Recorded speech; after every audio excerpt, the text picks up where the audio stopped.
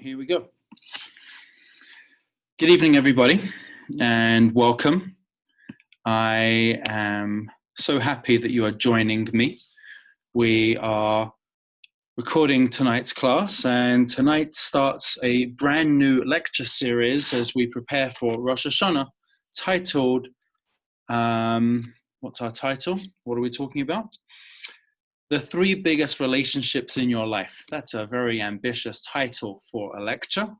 And I'm going to be focusing on literally that, the 3 biggest relationships in your life. We're going to be looking at yourself and others, yourself and God, and we're going to be looking at the relationship between you and yourself. In Hebrew and in Jewish thought, these are the great 3 ways in which a person relates to the entirety of their universe. Ben Adam LaMakam, between us and God, the vertical relationship. Ben Adam LaChavero, the horizontal relationship between us and our fellow. And Ben Adam LaAtzmo, the internal relationship between a person and themselves. And it's complicated. Those relationships are really complicated. So we're going to explore all 3. And for this evening, we are going to take a look at us and others. Now, I don't know about you, but over the last number of weeks and months, it's been really tough. I'm just getting my notes here. It's been really tough, and I'd like to open up and just start off from the very beginning by saying that it's not been a small thing. It really has not been a small thing to have to be quarantined and living in a place, in our homes, in our houses, in our apartment buildings, wherever we may be, with everybody else for what has been 6 months. That's a fabulously long time. And whatever fault lines, F-A-U-L-T, whatever fault lines may have existed, they would have become magnified. And whatever cracks there were, they would have been exaggerated, certainly made larger. And in the same breath, whatever beautiful moments there would have been, whatever connections, they would have been able to become deeper. This entire period of time was one large magnifying glass, bringing out in crystal clear clarity who we are and who the other person is, and that space between us. That space between us is what we call our relationships with others. And sometimes it's wonderful in small doses when we see them oh so infrequently. And other times it's overbearing, and other times it's simply too much. And you go to bed and they're there, and you wake up and they're there. I'd like to explore those relationships and see if the Jewish tradition has something to say about mending and healing such relationships. Now, I want to put out at the very beginning that that's my starting point. My starting point is actually perhaps those relationships can be healed. Perhaps these relationships can become stronger. And when we think of relationships, we think of what possibly could be fractured or broken for our behavior and how we can make it better. So how do we make it better? How do we make it better? I want to share with you a very personal story involving myself and my wife, because this is a public lecture, so why not? I remember we were, shortly after we were married, had an argument, and it's okay, it was the only argument we've had in 17 years, it's fantastic. We had an argument, and the day after, I went out and bought a bouquet of flowers. I'm thinking to myself, I'm such a fantastic husband. We argued the night before, I'm going to go and get flowers, everything's going to be perfect. Because flowers are magical, right? You buy flowers, you give a bouquet of flowers, everything's done. go out, buy flowers. We were living in Israel at the time, had to haggle and negotiate with the flower seller on the corner. Buy the bouquet, come home. Darling, everything's fine. Guess what? What? Ta-da! A bouquet of flowers. And my wife turned to me and said, can we address what we argued about last night? And I said, no, I don't want to talk about that. I'm English, so we don't address issues. We brush them under. No. I got you flowers. We don't have to talk about it. Everything's fine now. Here's flowers. Smile. And from that very first argument, it was an amazing moment where my wife taught me, I think we need to address what it was that we argued about in the first place to ensure that we don't argue about it again. I'd like to share something with you, which are the words of Maimonides. And take a look at the following. Hopefully you can see that. And Maimonides says as follows. When we've made a mistake in a relationship, when we want to fix a relationship, when we want to make amends, how do you go about doing that? And I'm broadly translating the word fixing a relationship with the word teshuvah. The word teshuvah has many, many meanings, many nuances, and many shades of understanding. The simple English translation is repentance. And while that is not incorrect, it doesn't touch on what it really, really means. It means to fix a relationship. It means to mend what you have broken. It means to engage in a certain pattern of behavior and then find yourself in a position where you say, you know what? I'm going to change. This is going to be different. What is this, says Maimonides? How do you do it? What does it entail? Is it just a bouquet of flowers, which doesn't work? Is it something more? And he goes on and he says, Mahi hatshuva, what is teshuva? Hushazov hachoteh chet'o, that the person that made the mistake, the English here is a horrible translation. It says the sinner should abandon his sins. In Hebrew, to do a hate is actually to accidentally miss your target. You were aiming for something, you had a goal in mind, and you goofed. You made a mistake. You veered off track. So the person that veered off track, he should abandon those patterns of behavior that cause him to make such mistakes. And he should completely remove those ideas from his mind. And he should commit in his heart never ever to do them again. Amazing. So let's go through those 3 steps there. You should stop doing what you're doing. Remove them from your thoughts. Don't even think about doing that anymore. And make a commitment internally. I'm going to be going on a different path. Now, I'm not going to be touching on any of those aspects. I just want to focus on the last line. And I'm skipping, it's more than this. But the last line, V'sarech lehitvadat b'svatav. You need to do all of this with your lips. You need to verbalize it. You actually need to say it. You actually have to physically speak out. Again, it's not a great English translation. He should confess. Confess is a very Christian term with a lot of Christian overtones. But the point here is you've got to speak it out. You've actually got to say it. You have to be able to be in a position where you're speaking the words. To say it in your head isn't enough. Okay? So that's our opening. That's how he begins, and that's how he opens this up. So far, so good. Any questions? Okay, I see that we have a nice large group of people that are watching this via Facebook Live as well. I'm just checking where we're up to. So far, no questions. Let's keep going.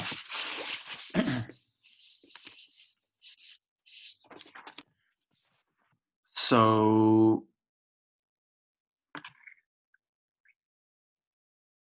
where I'd like to go with this is as follows.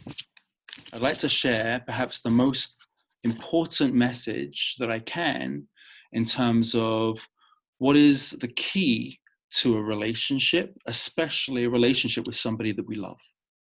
What is the most important and profound lesson in terms of a individual that we're in a love relationship with? Good relationships mean taking your partner seriously, specifically your partner's wishes seriously. What does that look like? What does that look like? Your partner says, I really wish you could hang up your clothes. Okay? We've heard these examples before. I really wish you didn't have to leave your socks lying around all over the room. Why is it when I walk into the house, the sink is completely full of dishes? You are forever leaving your empty coffee cup next to the dishwasher. You're not putting it in the dishwasher. You get 10 out of 10 marks for taking your coffee cup from the table, putting it next to the dishwasher, but you get a 0 for not putting it into the dishwasher. Why can you not put your coffee cup into the dishwasher? So we have certain requests that are made of us. Can you please put the kids to bed? I am tired. I need your help. Please help me put the kids to bed. You know what? I really prefer it when you walk around the house wearing nice clothes. You don't have to look so scruffy. Please put nice clothes on. And you know what? For those of you at home, if that example is too highbrow, maybe you've heard, I really appreciate it if you wear clothes when you're walking around the house. You don't have to walk around the house in your underwear. Please put some clothes on. Whatever the request is, I prefer it when you put on nice clothes and walk around. And what do we do when we hear those requests? Sometimes, not always, sometimes we'll roll our eyes. Why do you have to make my life so difficult? Just let me be. And therein lies the greatest mistake to the first lesson about what making a relationship so much better and more meaningful is all about. A great relationship involves taking one's partner's wishes seriously. And I want you to realize that it was never about putting the coffee cup into the dishwasher. I mean, yeah, put your coffee mug in the dishwasher. That was the localized request. But actually, what was behind the fact that the coffee mug was going next to the dishwasher for 25 years? I don't care. What are you communicating? I don't care about your wishes. To be honest, it's not a big deal. It's a coffee cup. So what? Who cares? I didn't leave the house on fire. I haven't racked up bills through gambling. These are not serious problems. It's a coffee cup. Who cares? And now listen through the ears of the person that's making that request. There's a small thing, and I'd like you to take care of it for me because it's important to me. Yeah, it's not a big deal, but it's important to me. Can you do it? No, I couldn't care less about you or your wishes. Now that sounds awful, right? Just when you hear those words, that sounds awful. I don't care about you or your wishes. Oh my God. So what happens? After a while, the person stops making the request, right? And you say to yourself, oh, this is amazing. They're not bothering me anymore. I'm finally free of the nagging constantly of putting my clothes in the laundry basket where I could just throw them on the floor of the bedroom. But the truth of the matter is, to not hear the complaints is even worse than hearing them. And people fall into this trap. I'll give you an analogy. This is a great story one of my teachers told me. Rabbi David Aaron of Jerusalem. He said that he had a toothache. He had a toothache. His tooth was bothering him for a long time. And he never got around to going to his dentist about it. It was always important, but not urgent. And he could live with the pain, and he would take Tylenol and whatever. He ignored the pain. How many of us ignore the pain? And eventually, good news. What happened? His tooth stopped hurting him. 6 months rolls around. He goes for his twice annual checkup at the dentist. His dentist says, "How are you doing? How are your teeth?" He says, "Actually, this one up here was really hurting me for a couple of months, but it's fine now. Doesn't hurt me anymore." And the dentist does x-rays and he checks him out and he does all the things that dentists do. And he says, "You've completely lost that tooth. You had root damage, and I can see what has taken place." And I don't remember the technicalities of what exactly the terminology was, but as a result of ignoring the pain was there as a little warning sign. As a result of ignoring that, you've carried on making the mistake, deepening it to the point where you've lost all sensation of the root. The pain didn't go away. You can't feel anything there anymore. And unfortunately, the tooth is rotted, and we're going to have to extract it. There's a moment where the nagging may stop. And that doesn't mean that we've achieved, finally, the answer to what we were hoping for. Finally, some peace and quiet. Just the opposite. A person may not go into a marriage counseling session until after 25 years of marriage. But it's been over 2.5 decades of that feeling just building up inside of them. My spouse, my partner, isn't listening to me. They're not paying attention to me. They don't care about me. And that pain and that negativity and that hurt, and the other person who thinks, again, in the analogy, my tooth is fine. I don't have any pain anymore. There's no nagging issues. Is shocked to hear after 25 years of marriage, going into a therapy session, "You know what, I can't take it anymore. It's been 2.5 decades of misery." So the first lesson in terms of building a beautiful, strong relationship is to realize to take your partner's wishes seriously. Because while the request is a localized one, what is behind that request is the sense of, can I respect you and honor you by doing what it is that you're asking of me? That's lesson number 1. So far, so good? Great. How are we doing online? Questions? No questions so far. I'm taking that as a cue to go forwards. People are still joining us. This is okay. So far, so good. I mean, you might all be asleep right now. I don't know, but we're number 2. Number 2.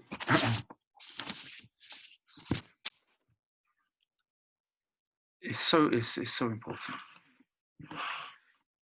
When someone hurts you, when someone lets you down, when someone has done something that you find frustrating, you have to be able to tell them. The second most important lesson and value in the relationship building process that we can ever have with somebody is never to simply remain silent in the face of disappointments. If somebody has upset us, we really need to be able to tell them that they've upset us. What does that look like? I'd like to again share my screen with you, and we go to the following. Take a look at this. This is a verse in the Torah. This comes from Vayikra, chapter 19. Lo tisne et achicha belevavecha. You shouldn't hate your fellow in your heart. Hochiach tochiach et amitecha. You need to communicate your hurt with them. Velo tisa alav chet. Ignore the end of that. I'm going to come on to that next. Don't worry about the last part. I'm going to focus on that in a minute. Lo tisne et achicha belevavecha. don't hate your fellow in your heart. Hochiach tochiach et amitecha. You have to communicate your hurt feelings with others at the time that you're experiencing a disappointment. We're living through a world right now that includes this concept called cancel culture. Have you been reading about this recently? This is a ferocious, frightening idea where pop stars, television personalities, film stars, news anchors, famous authors, if they are saying something out of the accepted orthodoxy of prevailing norms for the communities and societal expectations of where they live, then they are suddenly cancelled. In the most striking way, the person that this has taken place with in recent times was Ellen DeGeneres. I don't know if you are following this, but Ellen DeGeneres was beloved in her TV show, in popular culture. She was Ellen, right? She was like, oh my God, it's Ellen.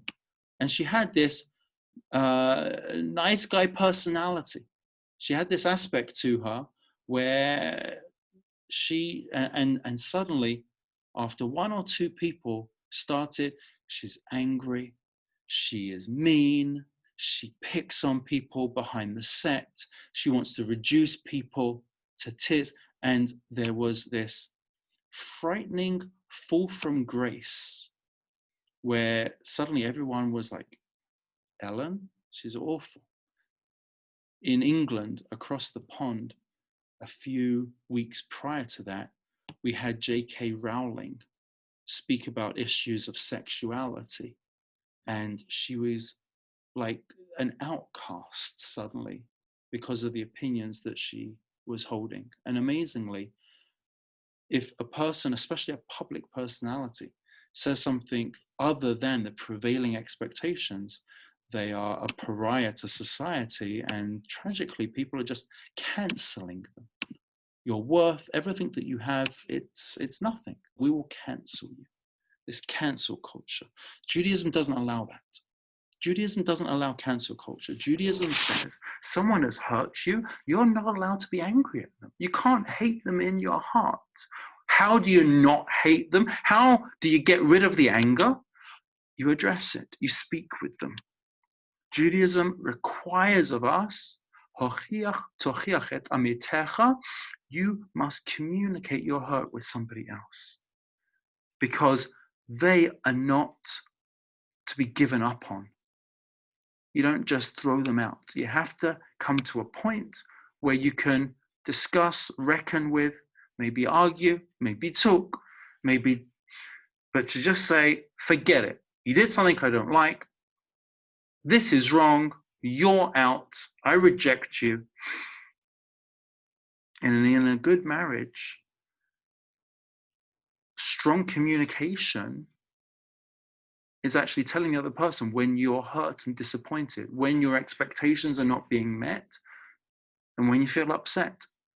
Now, that doesn't mean that you take it to an extreme. There has to be a balance of biting your tongue. That's the other half of the equation. To constantly be, you did this wrong, I'm upset about this, I can't live with, I'm not happy with.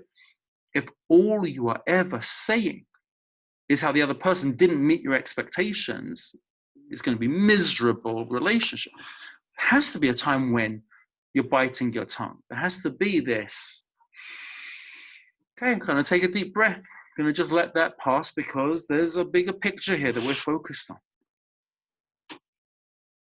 But strong relationships are not relationships where everything is perfect. Actually, strong relationships are relationships where when things are difficult, communication is able to be expressed.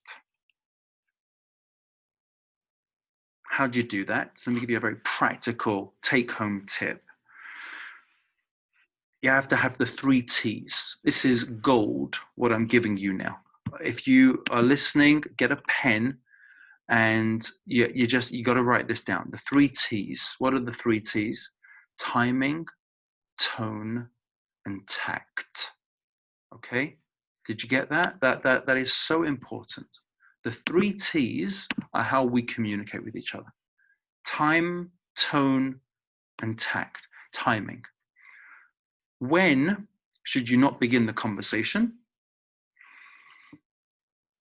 When you're trying to give the kids a bath and the other one is screaming in the other room and the other 2 are fighting with each other, that's the wrong time. When is it the wrong time? It's midnight, your partner's falling asleep, they're so tired. I have to tell you what you did wrong. That's the wrong time. That's the wrong time.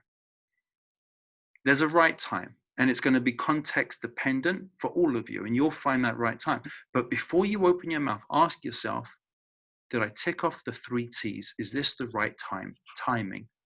Tone.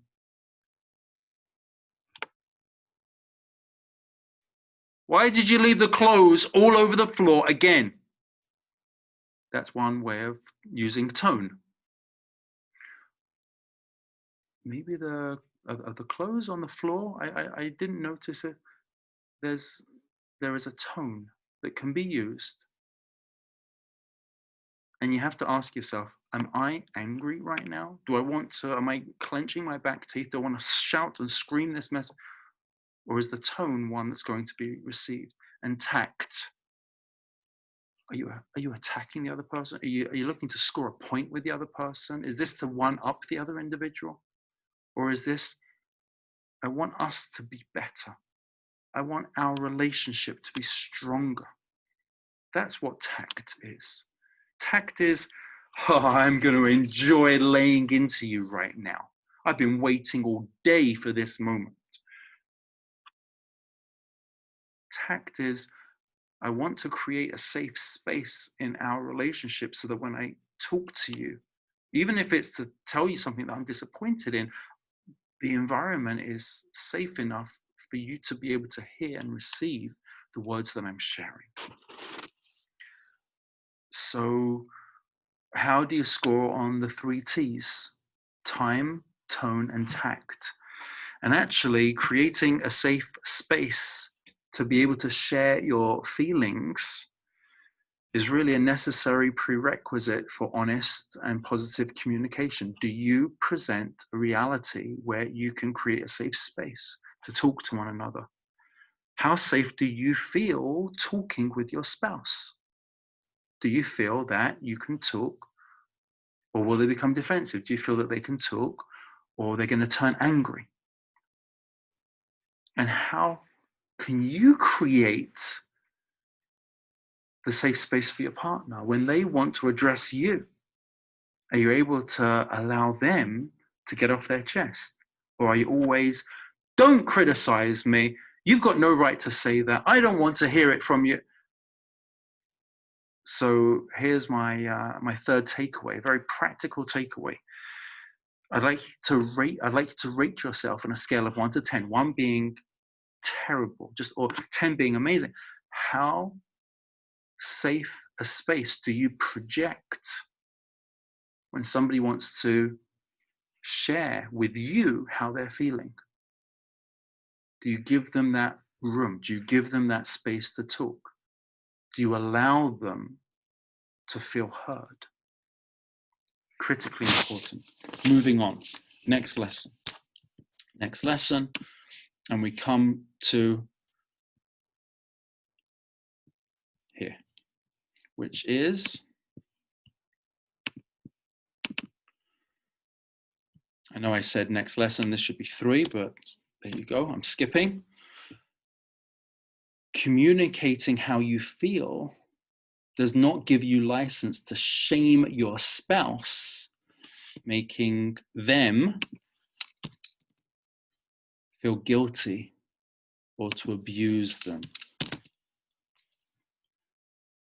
This is actually the other side of the coin. We have to communicate, absolutely. Yes, we have to communicate. This is the next verse, actually, the very next verse in the Torah, Vayikra, again, chapter 19, Lo tikom v'lo titor et bnei amecha v'ahavta l'recha kamocha ani Hashem. You should not take revenge or bear a grudge against your fellow. You should not take revenge. We need to communicate, but when we communicate, that doesn't mean that I'm going to lay into you now. That doesn't mean I am now going to become incredibly aggressive and get angry because I need to get this off my chest. How many times have you been shouting at somebody? Have you been angry at somebody? Have you been frustrated at somebody? And the purpose was just to vent. Obviously, that's not an effective form of communication. You are not going to be able to get your message heard if what you want to do is punish the other person in that moment. But rather, I'd like to introduce to you what is called assertive communication. This is famous Dr. John Gottman, and famous marriage therapist, multiple books, dozens of books, the Marriage Institute in the States, world famous. And he speaks about assertive communication. Here is our fourth tool. I wanted to give you very practical tools this evening that you could walk away with. Assertive communication gives you the sense to be heard and understood. And the most important thing to do is to express your feelings honestly and respectively to your wife or to your husband. To be able to say what you need to say in a way that's respectful. Now, they may or may not choose to listen. That's another class for another time. But in terms of how we talk, we are always having one goal in mind, and that is, can I repair the breakdowns in what's not working? That is assertive communication. I'm speaking now in order to fix. Now, I want you to take a pause for a minute. How often when you're upset or when you're angry with a person who's in a relationship with you, and it doesn't have to be a spouse, it could be a child, it could be a parent, it could be a sibling, whoever that person is, when you're angry at somebody, when the relationship has been wearing thin and you speak to them, how often are you able to say to yourself, I'm speaking right now with the goal of repair? And I think that will change everything. If you were to pause before you would even speak, taking the 3 T's into consideration. But this is now the context. This is even bigger than time, toning, and tact. This is, what is the purpose of me talking to you? The purpose of me talking to you is I need to fix and repair what is right now broken. Amazingly, the issue is rarely the issue. The communication about the issue is actually the real problem.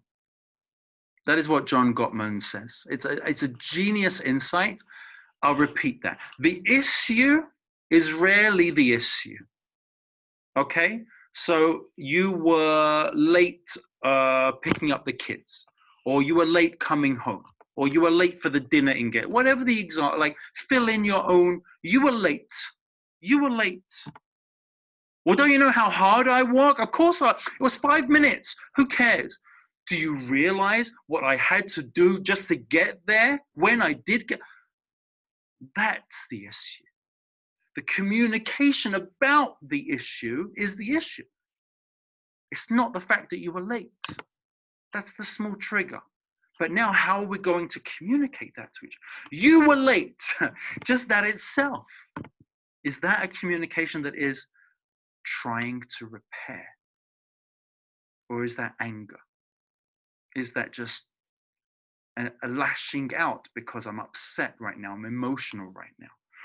If communication is assertive communication, John Gottman says, then it will be communication that looks to build instead of tear down.